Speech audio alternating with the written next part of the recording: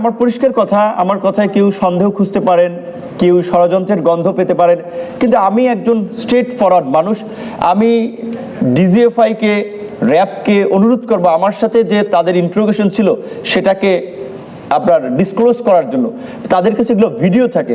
So আমি কি বলেছিলাম, মৃত্যুর মুখে দাঁড়িয়েও কালো জম টুপি পরেও মানুষ দেখুক, বিন্দুমাত্র ভয় পায় না। আমাদেরকে যখন জিজ্ঞাসাবাদ করা হয়েছিল, আপনি বলেন আপনার সাথে কিভাবে এই আন্দোলনের সম্পৃক্ততা, আপনারা কি চেয়েছিলেন, পরিষ্কারভাবেই বলেছি যে গত 15 বছর মানুষের উপরে যেভাবে অত্যাচার, নির্যাতন, নিপীড়ন চলেছে, একটা স্বাধীন সার্বভৌম রাষ্ট্রকে আরেকটি দেশের একটা পুতুল রাষ্ট্রে পরিণত করেছে। আমরা চেয়েছি যে এই সরকারের পতন, এবং আমরা অভিজ্ঞতার আলোকে মনে করেছি কোটা সংস্কার আন্দোলন একটা সার্বজনীন আন্দোলন, যেখানে সব মত পথের শিক্ষার্থীদের প্রতিক্রিয়া থাকে, অংশগ্রহণ থাকে।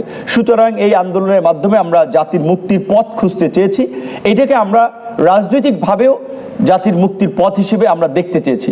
তো আমি এটা বলেছি, কিন্তু সেটা তাদের রেকর্ড আছে, এই জন্য আমরা বলছি তারা চাইলে এটা ছাড়তে পারে। মাঝে মাঝে দেখেছেন 111 ওবায়দুল কাদেরকে চা খাওয়াচ্ছিল আর বিস্কিট খাওয়াচ্ছিল, আর তার যে ইন্ট্রোগেশন ছেড়ে দিয়েছে, ওনাদের কাছে তো আছে, চাইলে ওনারা ছাড়তে পারে। এমনকি এটা লক্ষ্য করেছেন, আমাদের নির্যাতনের মুখেও তো আমরা বলেছিলাম যে 90% শেষ, 10% আছে, এটাকে ধাক্কা দিতে হবে। আমাদের সাথে প্রশাসনে অনেকের কথা হচ্ছে, বিকজ প্রশাসনের মধ্যে যে অস্থিরতা আমরা লক্ষ্য করছিলাম, সেই আলোকে এবং আমাদের বলা চলে দূরদর্শিতা মানে থেকে আমরা সবাইকে এনকারেজ করার জন্য এই কথাগুলো বলেছিলাম। তো কাজে আমরা তো একটা বলা চলে বন্দুকের মুখের নলের সামনে দাঁড়িয়েও আমরা কম্প্রোমাইজ করি নাই, আমরা আমাদের সত্য কথাগুলো বলেছি। তো এখন আমরা 2018 সালে যে কোটা সংস্কার আন্দোলনটা করলাম, সেই আন্দোলন সেই সময় সফল হয়েছিল, সেই সময় সকলের অবদান ছিল। সেই আন্দোলন করতে গিয়ে প্রাইভেট বিশ্ববিদ্যালয়ের একজন শিক্ষার্থী মরিয়ম মান্নার নামে, তাকে কিভাবে ছাত্রলীগের ছেলেরা সিএনজির মধ্যে একটা মেয়ের সাথে যদি 3 জন ছেলে থাকে কি করতে পারে, কিভাবে তাকে যৌন হয়রানি করতে পারে, সেটা তো ইউ ক্যান ইমাজিন। তাকে এই ধরনের নিপীড়ন করেছিল। আমাদের লুৎফর নাহান লুমা নামে, তুমি এখন সার্চ দেন সমস্ত নিউজ পাবেন, ইডেন কলেজের শিক্ষার্থী কিভাবে লাঞ্ছিত করেছিল, গ্রেপ্তারও করেছিল। এরকম আরো অনেক শিক্ষার্থীকে, নারী শিক্ষার্থীকে সে সময় লাঞ্ছিত হয়েছিল। আমরা তো 2018 সালের 30 জুলাই লাইব্রেরির সামনে আমি কিভাবে আমার সহকর্মীরা শাহবাগ শহীদরা নিপীড়িত হয়েছিল, সেগুলো এখনো ডকুমেন্ট আছে, আপনারা ইউ ক্যান গো থ্রো। সেই আন্দোলনের পরে আমরা আপনার 2019 সালে ডাকসু নির্বাচন অংশগ্রহণ করি। ডাকসু নির্বাচনে জয়লাভের পরে আমাদের মধ্যে রাজনৈতিক আগ্রহটা তৈরি হয় যে এরকম একটা প্ল্যাটফর্মে 64 জেলার শিক্ষার্থী, বিভিন্ন মত পথের শিক্ষার্থীরা, পাহাড় সমতল সমস্ত জায়গায়, তারা যদি আমাদেরকে এখানে নির্বাচিত করতে পারে, আর ঢাকা বিশ্ববিদ্যালয়ের ছাত্র সংসদকে দ্বিতীয় পার্লামেন্ট বলা হয়, ওয়াই নট মেইন পার্লামেন্টের কথা আমরা চিন্তা করব। দেন আমরা কিন্তু রাজনৈতিকভাবে তখন আমরা চিন্তা করি। কোটা রাষ্ট্রের একটা জায়গার সংস্কার ছিল, এখন আমরা রাষ্ট্র ব্যবস্থার সংস্কার চাই।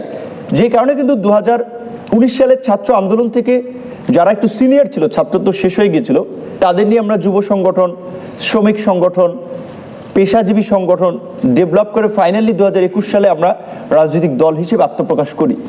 আমাদের দলের সেই আত্মপ্রকাশের ঘোষণা কিংবা সেই সময় একটা 21 দফা কর্মসূচি ছিল, হয়তো অতটা সে সময় আলোচিত হয় নাই, কিন্তু আজকে যে আলোচনা হচ্ছে রাষ্ট্র সংস্কার, রাজনীতিতে গুণগত পরিবর্তন, আমরা আমাদের ঘোষণাপত্রেই বলেছিলাম, কিন্তু বিদ্যমান দ্বিদলীয় রাজনীতির বাইরে একটা গুণগত পরিবর্তন দরকার রাজনীতিতে। রাজনীতিতে মেধাবীরা কেন বিমুখ হচ্ছে, মেধাবীদেরকে রাজনীতিতে কানেক্টেড করা দরকার। একই ব্যক্তি দলীয় প্রধান এবং সরকার প্রধান হতে পারে না, কারণ দলীয় প্রধান আপনি একটা দলকে রিপ্রেজেন্ট করেন, একটা দলের প্রতি আপনার সিম্প্যাথি থাকে, সহানুভূতি থাকে। আপনি যখন রাষ্ট্রপ্রধান হবেন, আপনাকে ওই সার্বজনীন অবস্থাটা ধারণ করতে হয়। সেই জায়গা থেকে আমরা বলেছি একই ব্যক্তি দলীয় প্রধান, রাষ্ট্রপ্রধান হবে না, প্রেসিডেন্টের মতো 2 বারের বেশি কেউ প্রধানমন্ত্রী হবে না। এখন এটি আলোচনা হচ্ছে, সে ফর এক্সাম্পল বিভিন্ন রাজনৈতিক দলের নেতারা বলছেন সেটা লিড নিউজ হচ্ছে। আমরা কিন্তু এটা 21 সালে বলেছিলাম। এই রকমের বেশ কিছু সংস্কার, পার্লামেন্টে যে আপনার দুটো দলের যে আধিপত্য, একটা দল ধরেন 35% ভোট পেয়ে পার্লামেন্ট গঠন করলো, বিজয়ী হলো, আর একটা দল 30% ভোট পেল, 30% জনসমর্থনের কোনো দাম নাই, তাহলে এই জনমতের তো কোনো দাম নাই। সেই জায়গা থেকে আমরা বলেছিলাম একটা ইনক্লুসিভ পার্লামেন্ট করার জন্য প্রপোর্শনেট রিপ্রেজেন্টেটিভ ইলেকশন বা সংখ্যানুপাতিক নির্বাচন, অর্থাৎ প্রত্যেকটা দল তার ভোটের রেশিও অনুযায়ী পার্লামেন্টে প্রতিনিধিত্ব করবে, এই ধরনের একটা ব্যবস্থা থাকা দরকার একটা ভাইব্রেন্ট পার্লামেন্টের জন্য। তাহলে কোনো পার্টি মনোপলি নিয়ে সংসদে যা ইচ্ছা তাই আইন পাশ করতে পারবে না এবং এই ধরনের একটা ফ্যাসিস্ট হয়ে উঠতে পারবে না। সেজন্য আমরা এই পরিবর্তনগুলোর কথা কিন্তু তখনও বলেছিলাম। যাই হোক, এখন সবাই মিলে বলছি ভালো, আরও ভালো পলিসি নিয়ে আসছি, সুতরাং পরিবর্তন হোক সেটা আমরা চাই। সেই জায়গা থেকে আমাদের চিন্তাভাবনা আছে গণ অধিকার পরিষদ একটা তারুণ্যের রাজনৈতিক দল, মানুষকে মেসেজ দেওয়ার জন্য উই আর অল্টারনেটিভ। সেজন্য আমরা আগামী সংসদ নির্বাচনকে আমাদের নেতাকর্মীদের বেশিরভাগেরই চাওয়া যে তরুণদের প্রতিনিধিত্বশীল একটা দল হিসেবে এককভাবে প্রতিদ্বন্দ্বিতা করার, বাকিটা সময়ের উপরে এবং পরিবেশ পরিস্থিতির আলোকে সিদ্ধান্ত নেওয়া হবে। এবং আজকের এখান থেকে এই তরুণদেরকে আমি বলবো আগামী নির্বাচনে এই বিপ্লবী, এই মেধাবী, এই সৃজনশীল তরুণদেরকে রাষ্ট্র পরিচালনায় অংশগ্রহণের সুযোগ দেওয়ার জন্য জাতীয় সংসদের যে নির্বাচন করার যে সর্বনিম্ন বয়স আছে 25 বছর, এটাকে পরিবর্তন করে 21 বছর করার আমি আহ্বান জানাবো।